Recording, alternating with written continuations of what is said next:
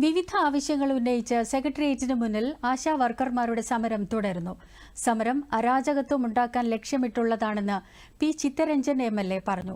സാമ്പത്തിക സ്ഥിതിക്ക് അനുസരിച്ചുള്ള ആനുകൂല്യങ്ങൾ സംസ്ഥാന സർക്കാർ ആശാ വർക്കർമാർക്ക് നൽകിയിട്ടുണ്ടെന്നും MLA ചൂണ്ടിക്കാട്ടി. ഇനിയും അവരുടെ ശമ്പളമോ മറ്റു കാര്യങ്ങളോ വർദ്ധിപ്പിക്കുന്നതൊന്നും ഒരു എതിർപ്പില്ല.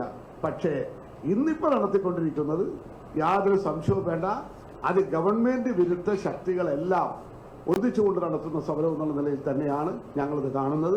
അത് അരാജകത്വം തന്നെ ഉണ്ടാക്കാൻ വേണ്ടിയുള്ള ബോധപൂർവമായ ശ്രമമാണ്. തൊഴിലാളി വർഗത്തിന്റെ പ്രശ്നങ്ങളോട് നീതിപൂർവമായ നിലപാട് സ്വീകരിക്കുന്ന ഒരു ഗവൺമെന്റ് ആണെന്നുള്ളത് കൊണ്ട് തന്നെ അത് ആശയല്ല ഏത് പണിയെടുക്കുന്ന ഒരു വിഭാഗമായാലും അവരുടെ ജീവിതത്തിൽ എന്തെങ്കിലുമൊക്കെ നേട്ടവും പുരോഗതി ഉണ്ടായിട്ടുള്ളത് മാറി മാറി വന്നിട്ടുള്ള LDF ഗവൺമെന്റുകളുടെ കാലത്താണ് എന്നുള്ള കാര്യം തത്വമില്ല.